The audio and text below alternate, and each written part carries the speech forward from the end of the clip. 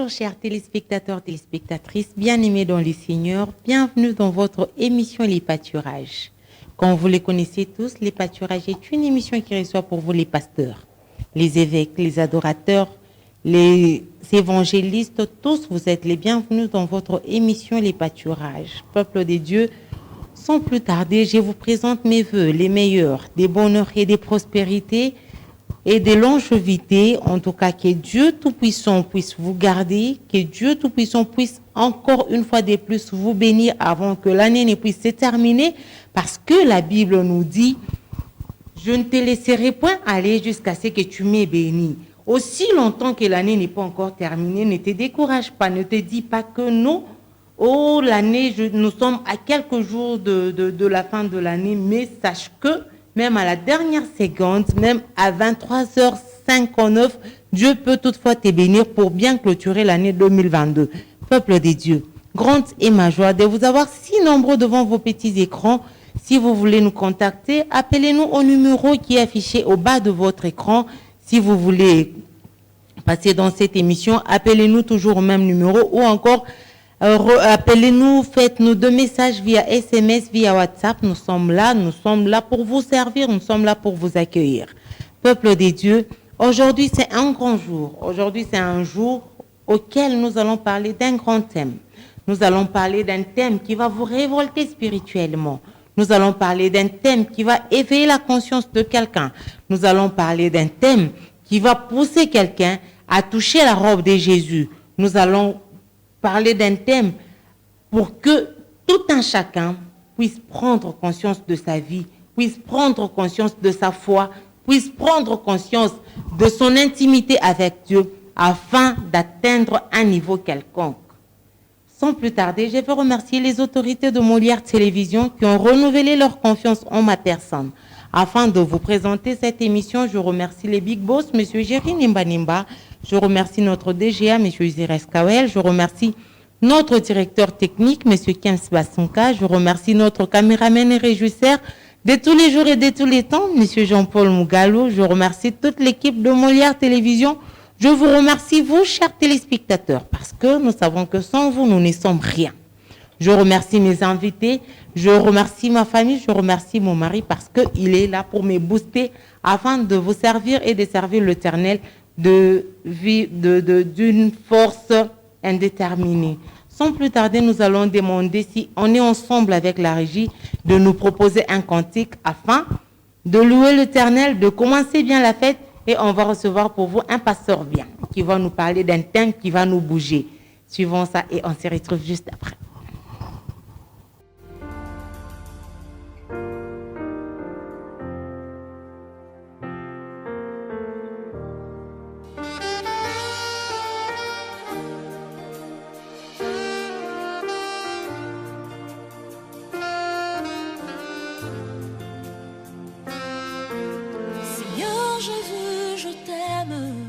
Je me donne tout à toi. Que les écarts de mes yeux tombent pour que je te voie tel que tu es. Ramène-moi aux choses simples qui me montrent ta grandeur. Les cieux, la terre suffisent pour décrire toute ta splendeur. Ouvre mes yeux que je voie ton armée qui m'entoure. Que je cesse de croire à la terre des illusions, que j'affronte la nuit et le jour. Tu es plus grand que tout ce qu'on dit de toi, vraiment grand que tout ce qu'on dit ici-bas. Tu es plus grand que les mots du dictionnaire. Tellement grand que tout ce que tu fais, mon aîné. Oh, ça, mon aîné, mon aîné. Oh, ça.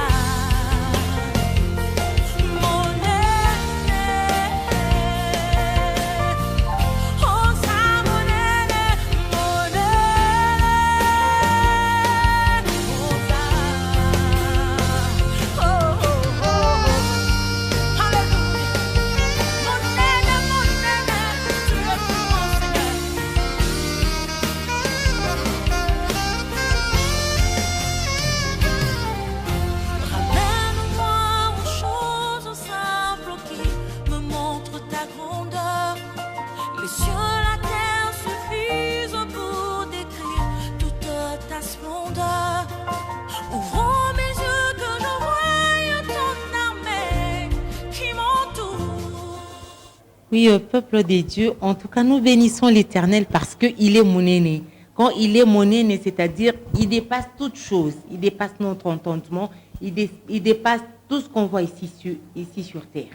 Notre Dieu est grand, il est si merveilleux. Donc, il n'a pas de limites, on ne sait pas où les délimiter, on n'a pas où on n'a pas où montrer là où il commence et là où il se termine. Il est si grand, il fait des histoires qui dépassent l'entendement de l'homme. Il fait les histoires quand l'homme se retrouve coincé et lui, il est là. Il apparaît, il montre le chemin, il illumine notre parcours, peuple des dieux. Pourquoi ne pas l'adorer? Pourquoi ne pas le louer? Pourquoi n'être pas reconnaissant à ce grand Dieu? Aujourd'hui, nous allons parler d'un thème. Comment renverser les autels? Nous avons vécu 12 mois ensemble, sur les plans spirituels, sur les plans matériels, sur les plans physiques. On a connu des problèmes, on a connu des difficultés. Et là, certains se disent non, parce que il y a ça, parce que. Mais les parce que là, comment le renverser? Les parce que là, comment les remplacer par une réponse positive? Les parce que là, les pourquoi, comment ne pas leur donner une réponse favorable par rapport à cette situation? Parce que notre Dieu est là. Notre Dieu est bon. Notre Dieu, il nous donne tout ce qu'on en a besoin. Si tu pries bien, si tu prends une bonne position, il est là pour répondre à ta situation. Aujourd'hui, nous allons recevoir pour vous un pasteur bien. Pasteur Mali Ish de l'église Meute. Son église est située du côté Bel-Air-Mazout. En tout cas, si vous arrivez au niveau de Bel-Air-Mazout, vous allez prendre un motard ou bien demander juste là au coin. On va vous indiquer là où il y a l'église Meute. Et si vous voulez rencontrer les pasteurs, en tout cas, il va vous épater par le thème qu'on va parler. Je ne veux pas faire beaucoup de commentaires, je vous laisse le découvrir et j'ai dit directement bonjour papa. Bonjour maman Joël. Oui papa, en tout cas, soyez les bienvenus dans notre émission. Je sais que ce n'est pas seulement mon émission, c'est les vôtres aussi, parce que vous êtes réguliers dans cette émission. Et aujourd'hui, le peuple des dieux, nous voulons que nous puissions partager ensemble avec le peuple de Dieu sur les thèmes comment renverser les autels. Parce que il y a certaines personnes qui se disent non, on a la malchance, non, on a des liens, non, pourquoi les histoires n'avancent pas. Mais ceux qui ne croient pas, peut-être leurs choses avancent. Mais nous, chrétiens, les histoires n'avancent pas, il y a ça, il y a des difficultés. Mais certaines se disent, dans notre famille, il y a déjà des hôtels construits. Mais comment les renverser? Avant toute chose, j'aimerais que vous puissiez d'abord nous expliquer c'est quoi un hôtel, papa. Okay. Merci beaucoup. Si on peut prier d'abord. Oui, papa. Merci. Seigneur de grâce, nous te disons merci pour cette occasion que tu nous donnes d'annoncer ta parole à ton peuple. Assiste-nous, enseigne-nous, Amen. et que cette parole puisse percer le cœur de quiconque est branché à cette chaîne, afin que les autels soient renversés. Amen. Au nom puissant de Jésus-Christ, nous disons ainsi. Amen. Amen. Ok, merci beaucoup, moi Joël. Comment renverser les autels? Oui. Pour d'abord expliquer comment renverser un hôtel, il faut d'abord connaître... C'est quoi un hôtel? Oui, oui. Il faut aussi connaître l'origine des hôtels. Oui. Il faut aussi connaître quelle est l'activité qui se passe autour De l'hôtel. N'est-ce pas? Oui, papa. Voilà, donc il y a à peu près 4 questions auxquelles nous devons répondre. Répondre, oui, pour arriver au renversement. Oui, pour arriver au renversement. Parce Oui. que pour renverser, on ne peut pas renverser ce qu'on connaît. Oui, oui. Ah, on renverse C'est qu'on connaît. Voilà. Et c'est qu'on a déjà Et maîtrisé. effectivement, là, Ouais. maintenant, on peut renverser. Oui. C'est-à-dire, je vais prendre une écriture connue de beaucoup d'enfants de Dieu. Amen. Je prends une écriture connue. Moi, je vais prendre 2 écritures différentes. Je prends d'abord Juge chapitre 6. Je prends d'abord Juge chapitre 6. Vous voyez? Je prends Juge chapitre 6, c'est un verset qui est connu, mais il y a des réalités là-dessus. Je prends Juge chapitre 6. Nous prenons, je vais lire en sautant pour gagner le temps. Juge chapitre 6, je prends le verset 1 jusqu'au 2. Les enfants d'Israël firent ce qui déplaît à l'Éternel, et l'Éternel les livra entre les mains des Madians. Pendant 7 ans, la main des Madians fut puissante contre Israël. Pour échapper à Madian, les enfants d'Israël se retiraient dans les ravins de montagne dans le caverne sur les rochers fortifiés. Quand Israël avait semé, Madian monta avec Amalek et le fils d'Orient. J'aimerais que les gens retiennent bien les trois peuples qu'on cite ici. Il y avait Madian, Amalek et le fils d'Orient. Et il marchait contre Israël. Vous avez compris ça? Je saute. Je prends le verset 11. Puis vers l'âge de l'Éternel et s'assit sous les trompettes d'Ophra, qui appartenait à Joas de la famille d'Abiézer. Gédéon, son fils, battait du froment au pressoir pour mettre à l'abri de Madian. L'âge de l'Éternel lui apparut et lui dit, Éternel, l'Éternel est avec toi, vaillant héros. Gédéon lui dit, ah mon Seigneur, si l'Éternel est avec nous, pourquoi toutes ces choses nous sont-elles arrivées? Il faut bien retenir ça. Et où sont tous ces prodiges que nos pères nous ont racontés, nous racontent, quand ils disent, l'Éternel ne nous a-t-il pas fait monter hors d'Égypte? Maintenant l'Éternel nous abandonne et il nous livre entre les mains des Madians. L'Éternel se tourne vers lui et lui dit, va avec la force que tu as et délivre Israël de la main des Madians.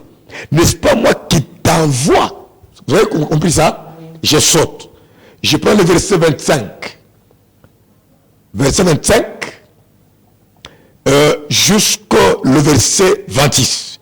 Dans la même nuit, l'Éternel dit à Gédéon, prends les jeunes taureaux de ton père. Vous voyez, un taureau de ton père et un second taureau de 7 ans. Renverse l'autel de Baal. Vous voyez votre thème que vous avez demandé? Comment renverser les autels? Ici, Dieu dit à Gédéon, renverse l'autel de Baal qui est à ton père et abat le pied sacré qui est dessus. 26. Tu bâtiras ensuite et tu disposeras sur le haut rocher, sur le haut de ce rocher, un autel à l'Éternel ton Dieu.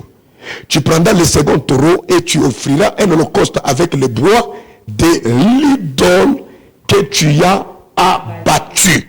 Moi, je vous ai compris ça? Parce que votre question c'est comment renverser les autels. D'abord, il faut expliquer l'origine des autels, définir les autels et montrer quelles sont les activités qui se passent à l'autel et comment maintenant renverser. Donc 4 questions auxquelles il faut répondre. Alors ici, nous prenons l'histoire d'Israël. Israël, ils étaient attaqués par 3 peuples. Il y avait Madian, il y avait Amalek et il y avait le fils d'Orient. Et il avait dit qu'Israël fut très malheureux à cause de cette coalition de 3 nations qui attaquaient Israël. Alors, Gédéon, fils de Joas, de la famille d'Abiézer, était sous un endroit, il était en train d'abattre, il était au pressoir, hein, il était en train d'abattre le froment pour le mettre à l'abri de ces 3 ennemis redoutables. Parce que tout ce que Israël faisait, ce n'est pas eux qui en profitaient, ce sont les 3 nations qui récupéraient les efforts d'Israël. C'est pour ça que le Seigneur apparaît, il dit, Gédéon, vaillant héros. Gédéon dit, non, ne me donne pas cette qualification. Il dit, non, l'Éternel est avec vous. Il dit, non, mais si l'Éternel était avec nous, pourquoi toutes ces choses nous arrivent? Quelles sont ces choses? Ce sont les malheurs. C'est comme aujourd'hui, il y a un enfant de Dieu, quelqu'un qui est converti, rempli du Saint-Esprit, qui parle la langue, qui va à l'église, qui prie beaucoup, qui fait beaucoup de choses, mais les choses ne marchent pas. Ils ne sont pas les premiers. Gédéon dans la Bible s'est posé la même question. Il dit, mais si Dieu est avec nous, pourquoi toutes ces choses nous arrivent? Vous comprenez? Et puis n'oublie pas, Gédéon est de la lignée d'Abraham. Le seul que Dieu a appelé, c'est Abraham. C'est là où Gédéon vient. Alors, Dieu dit non, voyant héros, tout Gédéon a nié, non, Dieu, pourquoi tout ça, ça nous arrive? Maintenant, regardez, on va Joël. Vous allez constater qu'il y a 2 réalités qui se passent ici. Oui. Gédéon, si tu poses la question à Gédéon, qui sont vos ennemis? Il va te dire, nos ennemis sont les Madianites, les Amalécites et les filles de l'Orient. Et Dieu lui dit, va avec la force que tu as, car tu délivreras ton peuple. Gédéon pensait qu'il est déjà directement allé attaquer ces 3 nations. Curieusement, la nuit, Dieu descend. Maintenant, il dit à Gédéon, avant que tu n'attaques ces 3 nations, qui sont vos ennemis visibles, rentre dans la maison de ton père. Dans la maison de ton père. Détruis l'autel de Baal qui est à ton père. Moi, je me pose la question que Gédéon devait se poser la question. Mais Dieu, nos ennemis, ce sont Madianites, Amalek, fils d'Orient. L'autel de Baal qui est dans notre maison, ça ne nous attaque pas. Mais comment lui, Dieu, au lieu de dire à Gédéon, va combattre ces trois nations, il dit non, non, va détruire l'autel de Baal qui est dans la maison de ton père. Donc ici, je comprends que Gédéon, lui, voyait les ennemis apparents, les ennemis visibles, les trois là qui apparaissaient. Mais Dieu, lui, est allé au-delà de ces trois. Dieu a compris que non, non, le problème, hein, c'est dans la maison de ton père. Dans la maison de ton père, chez vous, il y a un hôtel. Cet hôtel-là appartient à Baal. L'hôtel là appartient pas à moi. Ça appartient à Baal. Baal, c'est une divinité païenne. C'est-à-dire, le père de Gédéon est en train de rendre un culte à un dieu étranger, à des divinités païennes. Mais je vous dis, et Gédéon voyait cet hôtel-là. Mais il se plaît, Dieu, pourquoi tu nous as abandonnés? Pourquoi on ne vit pas ce que nos pères nous ont raconté? Non, non. C'est l'hôtel qui était dans leur maison qui a fait que ce que les pères avaient vécu, que Gédéon ne puisse pas voir ça. Qui a fait que les Madianites, les Amalécites et les filles d'Orient puissent avoir l'accès de combattre la vie de Gédéon. Ah, donc nous comprenons que les hôtels, ici déjà je réponds, les hôtels proviennent de la croyance de notre lignée. Ah, les hôtels, ce sont les croyances de notre lignée. Vous comprenez? Parce que ce n'est pas Gédéon qui avait construit l'hôtel. Celui qui avait construit l'hôtel, c'est son père. Et cet hôtel-là a eu des conséquences sur la vie de Gédéon. Donc Gédéon était enfant de Dieu. Dieu l'a reconnu. Mais ce qui empêchait que Gédéon voie la main de Dieu, c'était l'hôtel de Baal qui était dans leur maison. Alors nous comprenons qu'il y a deux types d'ennemis ici. Il y a les trois ennemis qui étaient extérieurs. Et l'ennemi qui était à l'intérieur, cet ennemi, c'était l'autel de Baal. Voilà pourquoi Matthieu chapitre 10, verset 36, Jésus dit, tout homme aura comme ennemi les gens de sa propre maison. C'est-à-dire, dans la maison, là, c'est la famille. C'est-à-dire, Gédéon, lui, voyait les situations, alors que Dieu voyait que non, non, dans votre maison, vous avez un problème très sérieux. Quel est ce problème? C'est l'autel de Baal que ton père a construit. Et cet hôtel-là donne l'accès aux gens de l'extérieur de vous faire souffrir. Voilà pourquoi j'ai dit même aux chrétiens, faites attention. La plus grande malédiction d'un enfant de Dieu, c'est de croire que, quand Jésus a dit à la croix, tout est accompli, c'est-à-dire, si tu es né de nouveau, tu ne peux pas être possédé. Ça, ce n'est pas la parole de Dieu. Ça n'a jamais été la parole de Dieu. Oui, oui, ce n'est pas la parole de Dieu. C'est-à-dire, il faut savoir expliquer la parole. Même quand on dit, celui qui est en Christ, il est devenu une nouvelle créature. L'homme est tripartite. L'homme est esprit. Cet esprit qui possède une âme, cette âme habite dans un corps. C'est-à-dire, l'homme est esprit, âme et corps. Et chaque partie a sa façon d'être délivrée. Quand on parle de moi, Joël est une nouvelle créature. Ce n'est pas Joël physique. Même si vous convertissez, le trait de votre maman, le trait de votre père resteront toujours avec vous. La Joël qui est née de nouveau, qui est une nouvelle créature, c'est la Joël esprit. L'âme, quand est-ce que l'âme est sauvée? Quand est-ce qu'elle est délivrée? Jacques chapitre 1, le verset 21. Est-ce que vous pouvez le lire? Vous pouvez le lire. Jacques 1, 21. Les gens font une très grande confusion là-bas. Vous voyez?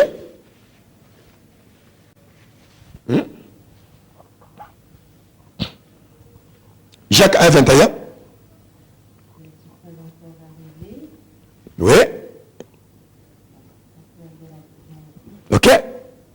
Jacques 1, 21. Que dit la Bible? 21, oui. Oui.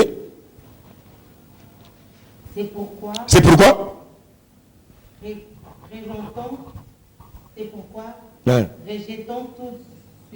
rejetons tout suivre et de tout excès avec de malice, tout excès de malice. Recevez avec douceur La parole qui a été plantée en vous. Comme nous prêchons là, nous sommes en train de planter, de s'aimer. Ok? Et qui peut sauver vos âmes. Regardez, hein. Et on dit qui peut sauver vos âmes. Donc qu'est-ce qui sauve notre âme? C'est la parole qui est plantée à nous. Et on dit cette parole peut sauver votre âme. Est-ce que vous comprenez? Donc pour que l'âme soit sauvée, il faut que cette âme, que la semence de Dieu soit plantée petit à petit dans notre âme. Vous me comprenez? Alors quand est-ce que le corps sera délivré? Jusqu'à aujourd'hui, le corps n'est pas délivré, bibliquement parlant. Jusqu'à aujourd'hui, le corps n'est pas délivré. Prenez-moi Romains chapitre 8. Parce que c'est pour d'abord fixer les gens à ne pas négliger le combat spirituel. Romains 8, 19 à 23. Je vais d'abord fixer ça. Parce qu'on dit non, je suis chrétien. Moi, les hôtels, non, nous sommes victimes de ces choses-là. Lisez, maman. Aussi la créature. Étant-elle avec un ardent désir, la révélation des fils de Dieu. Car la création tout est soumise à la vanité. De son propre gré, mais non de son gré, oui, à cause de celui qui lui a soumise. Ok? Avec espérance, Qu'elle aussi sera affranchie. Vous voyez, on parle dans le futur, hein, sera affranchie. Ok? De la servitude, de la corruption, oui. Pour avoir part à la liberté, de la gloire des enfants ok, de Dieu. ok. Or, nous savons que jusqu'à ce jour, donc même aujourd'hui, dimanche 18, c'est jusqu'à ce jour. Ah. La créature tout entière, dans la créature là-bas, même moi je suis là. Souffre, la créature souffre. Les douleurs de l'enfantement. Et puis on dit ce n'est pas elle seulement. Hein. Continue, maman. Et ce n'est pas elle seulement. Ok, nous aussi. Qui avons. Mais nous aussi, hein? Qui avons le prémisse de l'esprit. Nous aussi, nous souffrons nous-mêmes, à nous-mêmes, en attendant l'adoption. En attendant l'adoption et la rédemption. Mais regardez, c'est l'apôtre Paul qui parle. C'est-à-dire, on dit que la création entière souffre. Paul dit, ce n'est pas elle seulement. Même nous qui avons reçu les prémices de l'esprit. Parce que ceux qui ont reçu les prémices, les premiers sont les apôtres. Et nous, on est venus après. Et puis il dit, même nous qui avons reçu les premiers, le Saint-Esprit, nous souffrons à nous-mêmes. Qu'est-ce qu'on attend? On attend des choses. Un, l'adoption. Deux, la rédemption de nos corps. On a bien souligné nos corps. Pour dire que jusqu'à aujourd'hui, nos corps ne sont pas encore sauvés. C'est l'esprit qui est sauvé. Quand tu reçois Christ, c'est l'esprit qui est sauvé. Et ton âme est sauvée par rapport à la parole qui est plantée en toi. Mais quand est-ce que nos corps seront délivrés? Nos corps seront délivrés lors de l'enlèvement. Parce que lors de l'enlèvement, ces corps mortels vont rester sur la terre. L'homme incorruptible va maintenant aller à la rencontre du Seigneur. C'est à partir de cela, le corps qu'on aura. On n'aura plus faim, on n'aura plus le désir de se marier. Oh, je n'ai pas l'argent pour le loyer. Aussi longtemps que nous sommes sur la terre, le corps ici n'est pas encore délivré. Voilà pourquoi la délivrance est très capitale. Et très importante. C'est-à-dire, celui qui néglige la délivrance, tu seras fatigué. Tu seras fatigué. Jésus t'a déjà sauvé. Maintenant, tu dois livrer un combat. Tu dois livrer un combat pour que ta vie terrestre soit un succès. Parce que la nouvelle naissance, c'est quoi? C'est mourir avec Christ et ressusciter avec lui. Donc, la nouvelle naissance, je peux prendre ça comme la vie de Lazare. Lazare est mort. Quand Lazare mort, ressuscite, c'est quelqu'un qui est né de nouveau. Mais il est ressuscité dans quel état? Il était lié. Jésus dit aux disciples, déliez-les. Vous comprenez? C'est-à-dire, quand Jésus te sauve, il laisse maintenant le travail aux Éphésiens 4 et 11. C'est-à-dire, les serviteurs de Dieu de te délier. Mais te délier de quoi? Des autels. Et ces hôtels viennent d'où? Ces hôtels-là, nous les trouvons dans les familles où on est.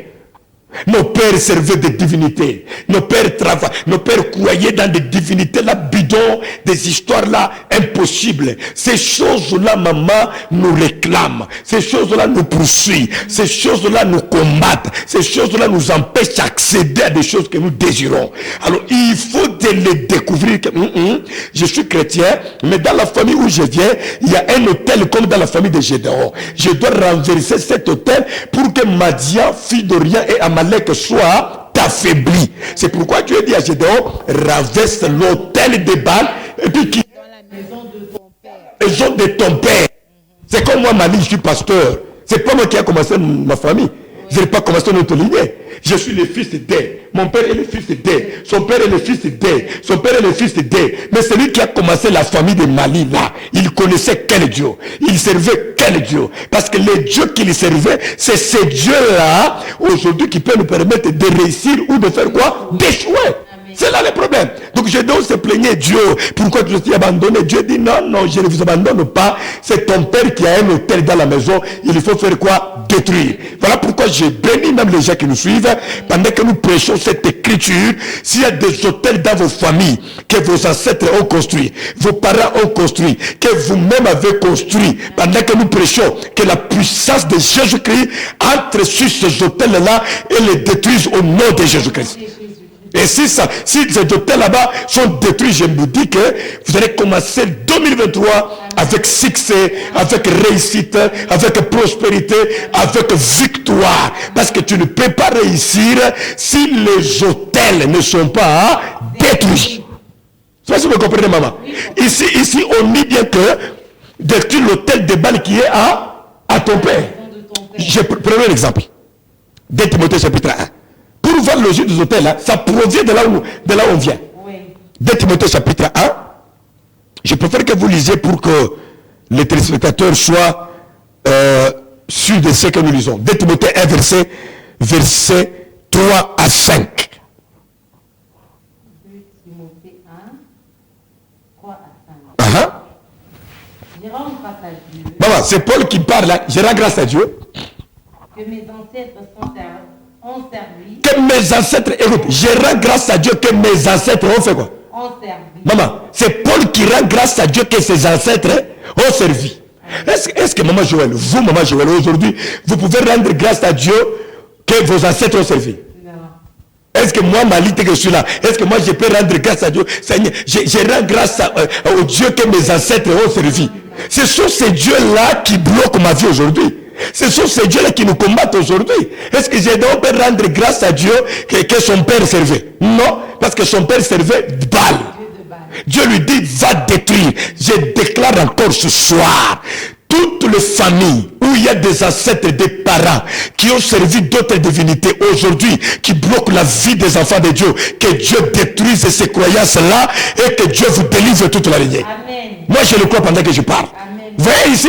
Donc nous, on ne peut pas rendre gloire à Dieu, Seigneur. Je rends grâce à Dieu que mes ancêtres servent. Mes ancêtres.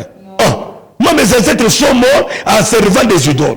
Ils sont morts en donnant de la nourriture aux rivières, à la rivière, au bois, à des cérémonies là maléfiques. Et vous pensez que moi, Mali, je vais apparaître là? Oh non, je suis en Christ, une nouvelle créature, j'ignore ça. Un jour, on peut m'attraper en train de prendre la bière. Oui, parce que ces histoires là-bas finissent toujours par nous réclamer. Voilà pourquoi il faut les combattre. Il faut les briser. Donc les renverser. Déjà ici, j'explique l'origine des hôtels. Les hôtels viennent d'où? Viennent des croyances de nos parents. Et de nos ancêtres. Continue, maman. Maintenant, verset 5. Maintenant, verset 5. Gardons le souvenir de la foi. Non, souvenir plutôt. Gardant de la foi sincère. Non, de la foi sincère qui est en toi. Parce que Paul s'adresse à qui? À Timothée. Qui est en toi. D'abord, dans ton aïeul, Loïs. Et dans ta mère, Eunice. Et qui, j'en suis persuadé, habite aussi en toi. Maman, mais il y a combien de générations ici? L'apôtre Paul dit Timothée, mon fils Timothée, garde la foi qui est en toi. Cette foi est sincère. Cette foi qui est en toi, elle n'a pas commencé avec toi. Elle habita, regardez le français, elle habita d'abord dans ta grand-mère Loïs. Elle a quitté ta grand-mère Loïs, elle a habité dans ta mère Eunice, qui, je suis persuadé, habite aussi en toi. C'est-à-dire, ce qui était en Timothée a commencé avec qui? Sa grand-mère. Après sa grand-mère, ça touchait qui? Sa mère. Après sa mère, ça touchait qui? Timothée. Et heureusement pour Timothée, sa grand-mère était chrétienne. C'est-à-dire la foi, elle croyait en Jésus-Christ. C'est-à-dire la foi véritable qu'elle avait, elle a communiqué ça à sa fille. Et sa fille a communiqué ça à Timothée. Maintenant, moi, Mali, ma grand-mère, croyait en quel Dieu? Dieu des rivières. Ah, vous comprenez? Parce que ce qui doit se retrouver dans le petit-fils, c'est ce que la grand-mère a crié. C'est ce que le grand-père a crié. Ah, donc moi, Mali, mon grand-père a crié dans les idoles. Donc ça dit, c'est des idoles, a quitté ma grand-mère, a quitté mes parents. Ça a quitté mes parents, ça touche Mali. Et surtout que le corps n'est pas encore délivré. J'attends l'enlèvement. C'est-à-dire aujourd'hui, pour que je puisse vivre différemment de mon grand-père, de ma grand-mère, de mon père, je dois livrer un combat. Je dois livrer un combat. C'est pour cette raison. Les gens prêchent très mal, je ne comprends pas. Les gens disent, Jésus a dit à la croix, tout est accompli. Oui, tout est accompli. Pourquoi Pierre, dans 1 Pierre chapitre 5, 8, il dit, veillez et priez, car le diable, votre adversaire, rôde autour de vous comme un lion rugissant. Mais Jésus a vaincu à la croix, il a tout est accompli. Pourquoi encore après l'œuvre de la croix, Pierre nous dit, on doit être souple, l'ennemi rôde autour de nous. Hein? Parce que le combat est là. Voilà, ici, effectivement, ici je vais révéler quelque chose de profondeur, mais dans la révélation. Tellement vous êtes très fort, vous allez comprendre ça. C'est ça, c'est chapitre 17. David dit, quand il est tenté de paître le troupeau de son père, qu'est-ce qu'il faisait? Quand le lion vient enlever une brebis, David, premièrement, il courait. Deux, il attrape la brebis. Non, le lion, il le frappe. Pourquoi il le frappe? Il le frappe pour l'affaiblir, il arrache la brebis du lion, il va mettre la brebis en sécurité. Il dit ceci, je regarde derrière. Si le lion me poursuit, je me tournerai pour maintenant le tuer. David n'a pas tué le lion dans le premier tour. Il a tué le lion dans le deuxième tour. Or, David, là, c'est le type de Christ. Donc, Christ à la croix, la brebis au singulier, c'était Adam qui était tombé dans la bouche du serpent depuis l'Éden. Christ à la croix, il a frappé le diable. Voilà pourquoi le Colossiens dit, il les a dépouillés. La Bible ne dit pas, il a tué. C'est-à-dire, il a affaibli le diable à la croix. Il a arraché la brebis qui était dans l'image de l'humanité. Maintenant, aujourd'hui, il nous a mis en sécurité, c'est dans sa parole. Vous comprenez? Maintenant, comme le diable continue à poursuivre les enfants de Dieu, Jésus-Christ va maintenant se tourner pour la seconde fois. Cette fois-ci, c'est pas pour l'affaiblir, c'est pour le tuer. Quand est-ce qu'il va tuer le diable? Dans la guerre d'Armageddon, il va tuer la bête qui est l'antichrist avec les faux prophètes. Mais dans la guerre de Gog et Magog, il va tuer maintenant Satan. Jusqu'aujourd'hui, Satan n'est pas tué, mais Satan est comment? Affaibli. Très profond. Il faut comprendre cette chose ici. Amen. Il est affaibli. Amen. Il est affaibli.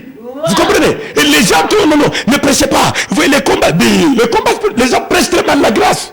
Très mal la grâce. Vous comprenez? Voilà pourquoi nous disons que les hôtels font quoi? Existent. Les hôtels existent. Il faut les détruire. Il faut les détruire. Amen. Hein? Ton grand-père, il invoquait quel Dieu? Il priait quel Dieu? Amen. Hein? Regardez, prenons Abraham. Josué chapitre 24, le verset 1, maman, vous allez comprendre. Les gens, je sais pas, les gens négligent des choses, hein? Josué chapitre 24, verset 2. Josué 24, 2. Josué dit à tout le peuple. Ainsi parle l'Éternel. Les dieux d'Israël. Vos pères, Térak, père d'Abraham, et père de Nacor, habité anciennement de l'autre côté du Jourdain. Il servait d'autres dieux. Il servait D'autres dieux. Mais qui servait d'autres dieux? Les pères d'Abraham. Moi, Joël. Parce que quand tu prends le verset 1, Dieu descend, il dit à Abraham, quitte la maison de ton père. Mais quelle était la raison qui a fait que Dieu demande à Abraham de quitter la maison de son père? Je réponds ici. Parce que le père d'Abraham, il priait d'autres dieux. C'est-à-dire, dans la maison d'Abraham, il y avait des divinités. Oui. Il y avait des hôtels. Il y avait des hôtels qui éloignaient Dieu. Voilà pourquoi Dieu dit à Abraham, si tu restes dans cette maison ici, tu ne feras rien. Tu dois quitter. Mais c'est pourquoi nous aussi aujourd'hui, la postérité d'Abraham, nous devons quitter la maison de nos pères. On quitte la maison de nos pères, premièrement spirituellement. Amen. Ça signifie quoi? C'est débarrasser de toute connexion des divinités que la maison de nos pères est en train d'évoquer.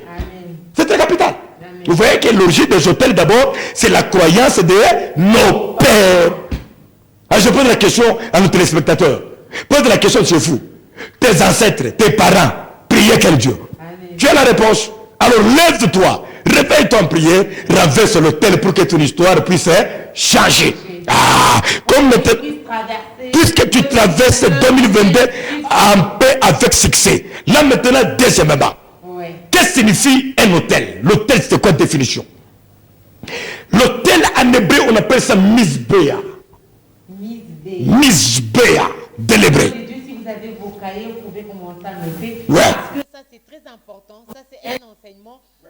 On ne va pas terminer, on pourra continuer prochainement. Prochainement. C'est un enseignement qui est très profond et très capital. Ouais. Qui va vous aider à évoluer spirituellement. Ouais. Parce que l'hôtel en hébreu qui signifie Misbéa, Misbéa veut dire abattre. Ouais. C'est là qu'on abat. Donc si je viens des hôtels, ça, tout. Donc on vous tue parce que l'hôtel c'est le lieu où on tue. Amen. Vous comprenez? Là on sacrifie. On sacrifie. Amen. Deux. L'hôtel c'est le lieu de sacrifice. Amen. C'est là qu'on offre des sacrifices à la divinité de l'hôtel. Amen. Trois. L'hôtel c'est une table de sacrifice. Ici l'hôtel prend l'essence d'un marché. Parce que là il y a les hôtels, tu es dans un monde de transactions spirituelles. Vous le voyez, les banques. Les changements. C'est ça les transactions. C'est pourquoi tu vois que Jésus-Christ, quand il est entré dans les temples, il trouve les gens en train de faire les transactions, il les a battus et chassés. Parce qu'il était... Ça c'est diabolique. C'est-à-dire là où il y a l'hôtel 1, c'est le lieu où on abat, où on tue. Là où il y a l'hôtel, c'est le lieu où on sacrifie des destinées. Là où il y a l'hôtel, c'est le lieu où on vend les vies des gens. Amen. C'est ça la décision de l'hôtel. Wow. Voilà. C'est comme ça les hôtels. C'est-à-dire, oui, c'est-à-dire prochainement, si Dieu nous donne la vie, on va entrer en profondeur encore. C'est-à-dire, partout il y a un hôtel, maman, ça c'est que la divinité de l'hôtel, 1, va commencer à tuer les gens. 2, va commencer à réclamer des sacrifices. 3, va commencer à vendre vos vies, les mariages, les enfants, la fécondité, le travail, vos efforts. On va commencer à vendre. Donc on va commencer à faire quoi? À vendre. Là c'est la définition de l'hôtel. Là c'est la définition de l'hôtel. C'est-à-dire, retenez ceci, selon l'étymologie de nos hôtels, l'hôtel c'est le lieu où on tue, l'hôtel c'est le lieu où on sacrifie, l'hôtel c'est le lieu où on vend. Maintenant, bibliquement parlant, qu'est-ce que c'est un hôtel? Un hôtel, c'est un endroit érigé pour rentrer en contact avec une divinité. Avec un esprit. Wow. Bibliquement parlant, un hôtel, c'est un endroit érigé. Maman, cet endroit, tu peux l'ériger même dans la toilette, même dans la douche, même dans ton véhicule. Parce qu'il suffit seulement de faire des cérémonies qui n'ont rien à faire avec la parole. Automatiquement, ça s'appelle hôtel. Et ça te permet d'être en communion, d'être en contact avec un esprit. Je répète encore. Ce soit l'hôtel de Dieu, Jésus-Christ, ou l'hôtel satanique. Tous les hôtels jouent le rôle de permettre à l'adorateur d'entrer en communion avec l'esprit de l'hôtel. C'est pour cette raison les Hébreux, un Hébreu ne peut pas invoquer Dieu sans construire l'hôtel. Depuis Abraham.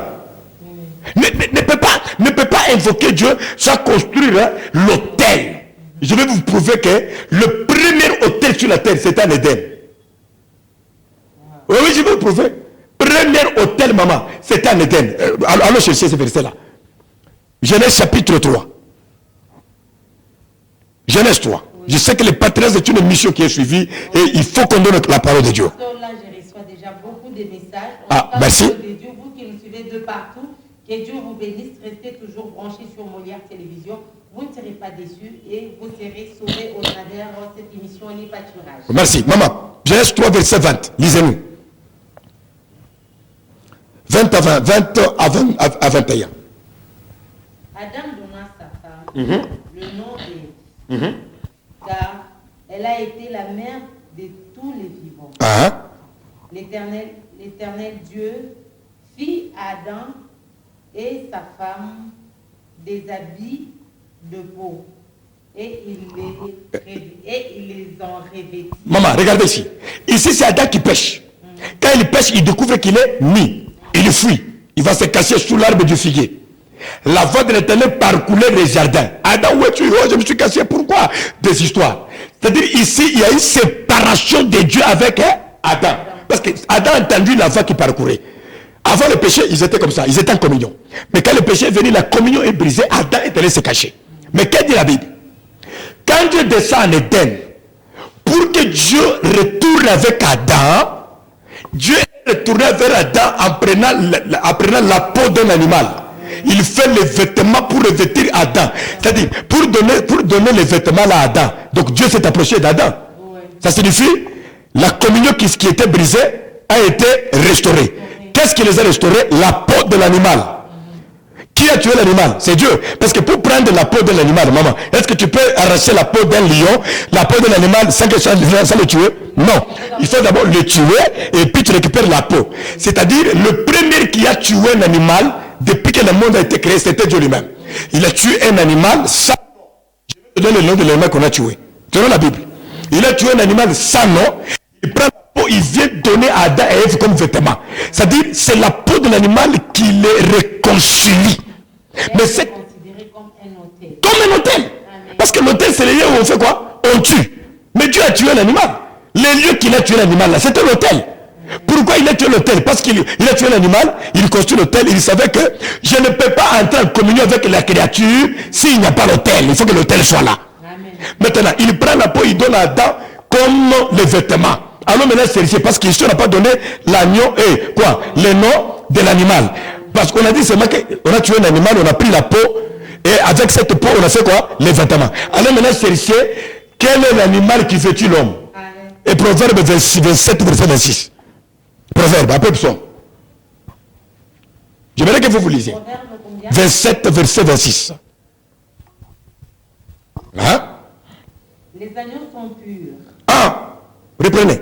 Les agneaux? Les agneaux sont purs. Non, non. Reprenez, pas pire. Dans votre version, on dit quoi? Ah. Les agneaux sont pour te vêtir. Ah, les agneaux sont pour te vêtir. Et les boucs. Ah, pour payer les chiens. Reçois les boucs. Ici, on dit quoi? Les agneaux sont pour te vêtir. Le premier a été vêtu sur la terre. Qui est-il? Adam. Qui l'a vêtu? Dieu. Avec quels arts de vêtements? La peau d'un animal. Mais ici, Salomon dit quoi? Les agneaux sont là pour te vêtir. Donc, l'animal qui a vêtu Adam, c'est quel nom? C'était l'agneau. Mais Jean chapitre 1 verset 29, quand Jean-Baptiste voit Jésus dans la foule, il dit voici l'agneau de Dieu.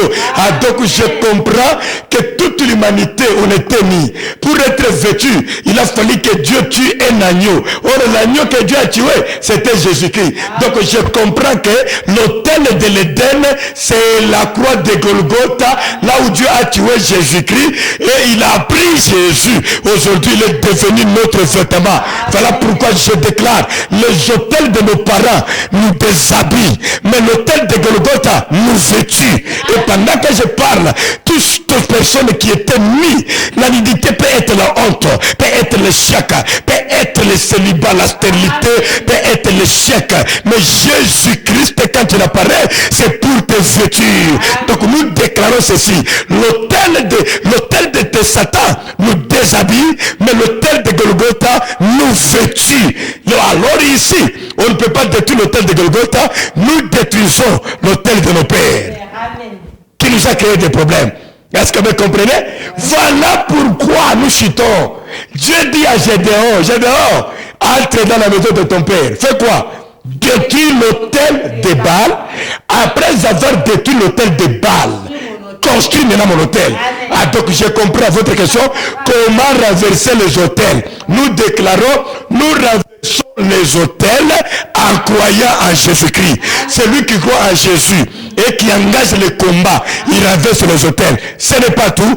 Toi aussi, tu dois avoir l'habitude de construire les hôtels pour se maintenir dans la délivrance. Amen. Oui, chers téléspectateurs, j'espère que vous avez savouré cette parole.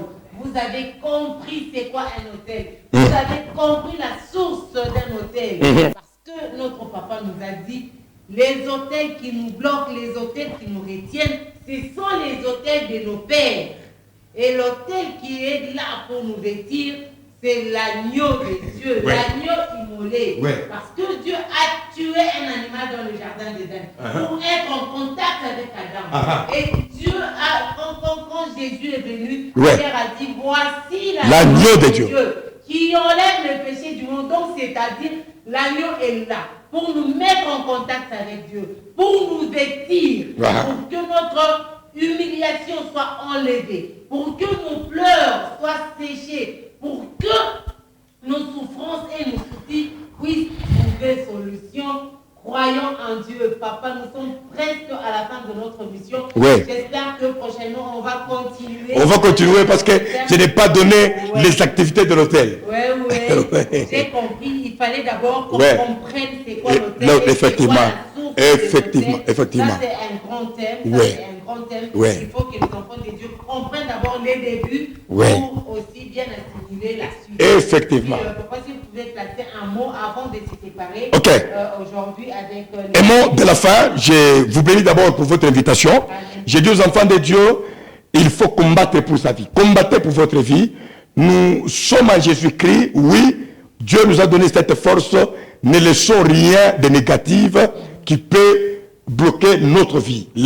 L'enseignement sur les hôtels est un enseignement qui est réel. Nous devons renverser ces hôtels là-bas pour que l'année 2023 soit une année différente avec l'année qui va bientôt s'achever. Merci. Oui, papa, parce qu'il y a beaucoup de messages ici, je ne saurais pas lire, mais quelques-uns nous demandent beaucoup plus l'adresse de l'église et comment vous... Merci beaucoup. C'est-à-dire l'adresse de l'église, nous sommes église mission évangélique école de Turanis, mettre un sigle.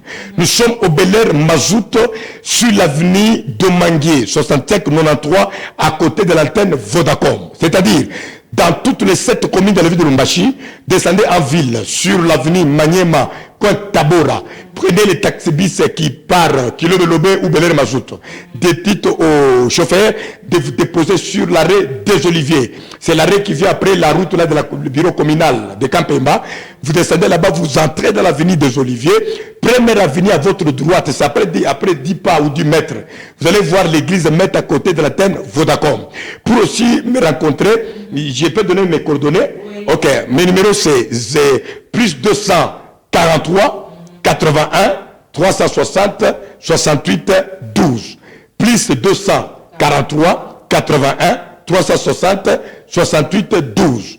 Plus 243 encore 99 49 43 648. 99 49 43 648. Ça, ce sont mes numéros personnels. Et j'ai dit aux enfants de Dieu que nous sommes en pleine action à l'église pour clôturer cette année 2022.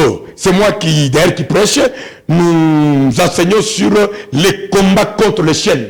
Osée chapitre 4, verset 13, c'est wonderful, je vous dis, on explique les 3 types d'arbres, les chênes et les peupliers, ainsi que les terrembettes. Et là, les peuples de Dieu sont bénis sérieusement et venez aussi assister à ces activités. Merci. Merci beaucoup d'avoir répondu favorablement à notre invitation. Peuple de Dieu, je vous bénis. En tout cas, nous sommes très heureux, nous sommes bénis d'avoir reçu cette parole et cet enseignement. Restez toujours branchés sur Molière Télévision. Je vous remercie les big boss, monsieur Jerry Nemba. Je remercie notre DGA, monsieur Cheres Kawel. Je remercie notre caméraman et régisseur, monsieur Jean-Paul Mougalo. Je remercie notre assistant, Papa Denis Massamba. Je remercie toute l'équipe de Molière Télévision. Je remercie mon mari. Je remercie toute ma famille. Je vous remercie, vous, chers téléspectateurs. Je vous demande de rester toujours branchés sur Molière Télévision. Les pâturages, c'est chaque dimanche à partir de 15h15 et chaque vendredi, toujours à la même heure. Restez scotchés et vous ne serez jamais déçus. Vous avez des questions, appelez-nous au numéro qui est affiché au bas de votre écran. Moi, c'est Joël Chimanga. Je vous dis bye bye et à la prochaine.